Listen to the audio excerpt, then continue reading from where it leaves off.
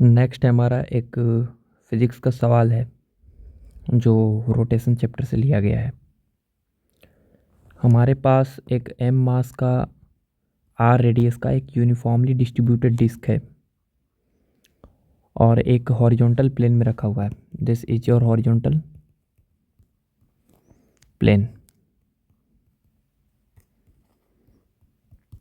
इस horizontal plane में ये डिस्क रखा हुआ है और इस डिस्क के ऊपर हम फोर्स अप्लाई करते हैं एफ और एफ इस तरह से। ये हमारा जो फोर्स अप्लाई कर रहे हैं, अगर हम उन पॉइंट ऑफ एप्लीकेशन को अगर हम ज्वाइन करेंगे तो this form A equilateral triangle. तो इसका भी साइड लेंथ ए होगा, इसका भी साइड लेंथ ए होगा, इसकी भी साइड लेंथ ए होगा सिमेट्रिक से। तो सवाल है हमारा, find the angular velocity achieved by disc at any time T. कोई भी टाइम टी पे एंगुलर वेलोसिटी कितना अचीव करेगा ये हमें बताना है। तो ये सिंपल सवाल है, आप वीडियो को पॉज करके आराम से ट्राई कीजिए। चलिए सॉल्व करते हैं। हमारे पास इस तरह से डिस्क है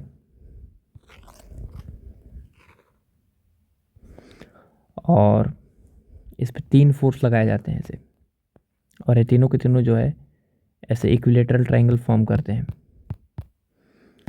तो अगर इक्विलेटरल ट्रायंगल फॉर्म करते हैं तो इसका मतलब ये है कि अगर हम इसको ऐसे ज्वाइन करें ऐसे, अगर इनको हम ऐसे ज्वाइन करें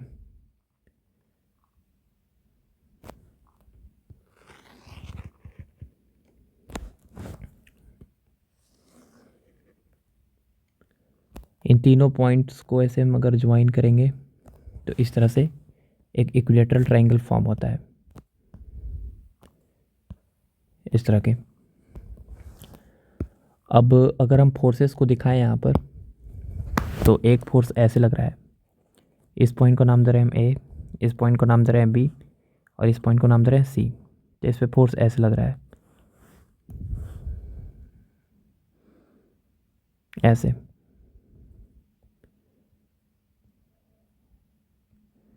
दिस इज योर एफ। तो अगर यहाँ पर अगर आप वर्टिकल लाइन ड्रॉ कीजिएगा तो of course this line is pass through the centre of this disc and this angle makes the 30 degree. Again this is your 30 degree, again this is your 30 degree. ठीक है। तो अगर आप यहाँ पे F का कॉम्पोनेंट लीजिएगा तो इधर की तरफ आएगा हमारा एफ कॉस 30। कितना आएगा? एफ कॉस 30 मतलब √3f/2। उसी तरह एक टेंजेंशियल डायरेक्शन में कंपोनेंट आएगा ऐसे, F sine 30, this will be f/2। ठीक है, टेंजेंशियल डायरेक्शन में से कंपोनेंट आएगा। उसी तरह यहाँ पर भी वही फोर्स है, इसका भी वही हम देखते हैं कंपोनेंट। तो इस पे फोर्स जो है ऐसे लग रहा है ऐसे। ठीक है, तो इस पे भी फोर्स एफ ही लग रहा है।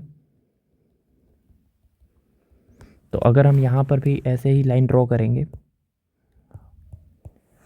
तो ये लाइन जो है ऑफ कोर्स सेंटर से पास होगा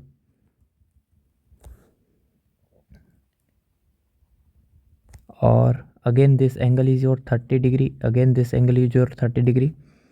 तो ये भी एंगल बनाएगा वर्टिकली अपोजिट एंगल से 30 डिग्री। तो एफ का एक कंपोनेंट आएगा इधर की तरफ, एफ कॉस 30। ठीक है, ऐसे F cos 30, this will be √3f/2। और एक टेंजेंशियल डायरेक्शन में कंपोनेंट आएगा ऐसे, F sine 30, this will be f/2। उसी तरह इसका भी एक कंपोनेंट आएगा, इसका जो हम थर्ड फोर्स लगा रहे हैं बी पॉइंट पे। तो ऑफ कोर्स अगर हम ऐसे ज्वाइन करेंगे तो इस सेंटर से पास करेगा और इस पे फोर्स ऐसे लगाया जा रहा है ऐसे। F, again this angle is your 30, तो ये वर्टिकल कंपोनेंट आएगा एफ कॉस 30, एक टेंजेंशियल डायरेक्शन में कंपोनेंट आएगा ऑफ कोर्स एफ साइन 30, ऐसे एफ साइन 30, ठीक है, ऐसे इस डायरेक्शन में, एंड इसका भी वैल्यू आएगा f/2, ठीक है। इन तीनों फोर्सेस को मैं आपको दिखा दिए। अब यहाँ पे आराम से समझिए कि आप सोच रहे होंगे कि आप ए वाला फोर्सेस को ऐसे टेंजेंशियल में क्यों दिखा दिए। तो देखिए, आपको पता है कि ए वाला एंगल जो होगा वो भी 30 होगा, ठीक है। आपको ये भी पता है कि ए वाला एंगल जो है ए 30, तो ये कितना होगा 60, ठीक है। अभी परपेंडिकुलर होना चाहिए, तो जानबूझ के इसको कितना करना पड़ेगा, ए वाला जानबूझ के हमको जो है इसको 60 करना पड़ेगा, ठीक है, 60। अब ए लाइन और ए लाइन परपेंडिकुलर है, तो ए 60 ए 60 ए 30 ए 30, तो आप ध्यान से देखिए 180 बन जाएगा। इसलिए जानबूझ के हमको एक लाइन कंपोनेंट को ऐसे टेंजेंशियली दिखाना पड़ेगा। अब आपको दिख रहा होगा कि यहाँ पे इस डिस्क पे तीन टेंजेंशियल फोर्स लग रहे हैं, F/2 जो इस डायरेक्शन में है, और इस पे भी F/2 जो इस डायरेक्शन में है। फिर उसके F/2 के परपेंडिकुलर रेडियल डायरेक्शन में तीन फोर्सेस लग रहे हैं, √3F/2 √3F/2 और √3F/2 रेडियल डायरेक्शन में। दिस इज रेडियल फोर्स, क्योंकि रेडियस के लॉन्ग है। और ये जो फोर्स है ये टेंजेंशियल फोर्स है। ये टेंजेंशियल फोर्स का मैग्नीट्यूड तो सेम है, बट डायरेक्शन क्या है, अलग है। यहाँ पे आपको दिख रहा होगा। अब अगर हम यहाँ पर टॉर्क लिखें, तो आप सोच रहे हैं टॉर्क किसके अबाउट लिखें, तो यहाँ पर तो हिंज है नहीं, और हिंज नहीं होता है तो हम सेंटर ऑफ मास के अबाउट लिखते हैं। तो अबाउट सेंटर ऑफ मास लिखेंगे टॉर्क, नेट टॉर्क। तो टॉर्क जो है किसका किसका आएगा, आप बोलिएगा कि टेंजेंशियल फोर्स का टॉर्क जो होगा 0 आएगा। नहीं, रेडियल फोर्स का टॉर्क 0 आएगा। क्यों? क्योंकि रेडियल फोर्स जो है वो किससे पास कर रहा है, आपको दिख रहा है कि इसी लाइन के लॉन्ग पास कर रहा है। तो इसका टॉर्क नहीं आएगा, इसका टॉर्क नहीं आएगा, इसका टॉर्क नहीं आएगा। रेडियल फोर्स का टॉर्क 0 आएगा, क्योंकि जिसके अबाउट निकाल रहे हैं उसी से line of action of force pass कर जा रहा है।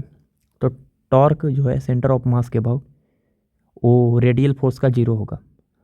Torque of radial force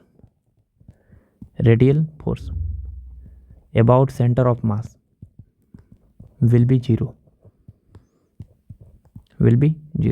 torque किसका आएगा, तो टॉर्क सिर्फ और सिर्फ आएगा हमारा टेंजेंशियल फोर्स का, ठीक है, जो इसके क्या है, परपेंडिकुलर है। इसके क्या है, परपेंडिकुलर है। इसके क्या है, परपेंडिकुलर है, ऐसे।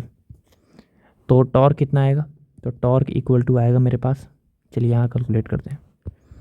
तो टॉर्क ऑफ रेडियल फोर्स सभी के सभी जो है वो एक ही डायरेक्शन में लग रहा है। ये भी इस डायरेक्शन में, ये भी जो है वो इसी डायरेक्शन में डिस्क को घुमाना चाह रहा है, और इसको भी इसी डायरेक्शन में, एंटी क्लॉकवाइज में। तो यहाँ पे टॉर्क ऑफ रेडियल फोर्स आ जाएगा, torque equal to F/2 into R। लेकिन यहाँ पे हम 3 से क्या करेंगे, मल्टीप्लाई, क्योंकि 3 तो फोर्सेस है। अब यहाँ पे टॉर्क आ गया, तो this torque can be written as I into alpha equal to F/2 this I is your mr²/2। Centre of mass के अबाउट डिस्क का मोमेंट ऑफ इनर्शिया mr²/2 होता है, into alpha equal to 3F/2। R से R cancel हो गया, और 2 से 2 भी कैंसिल हो गया, और अल्फ़ा आ गया मेरे पास 3F/mr।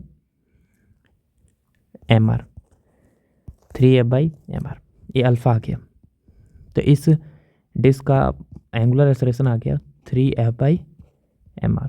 अब यहाँ पे F जो है वो सवाल में दिया हुआ है। एक्चुअल में सवाल JEE एडवांस का था, और ये फोर्स कांस्टेंट दिया हुआ था, वैल्यू वाइज दिया हुआ था कांस्टेंट।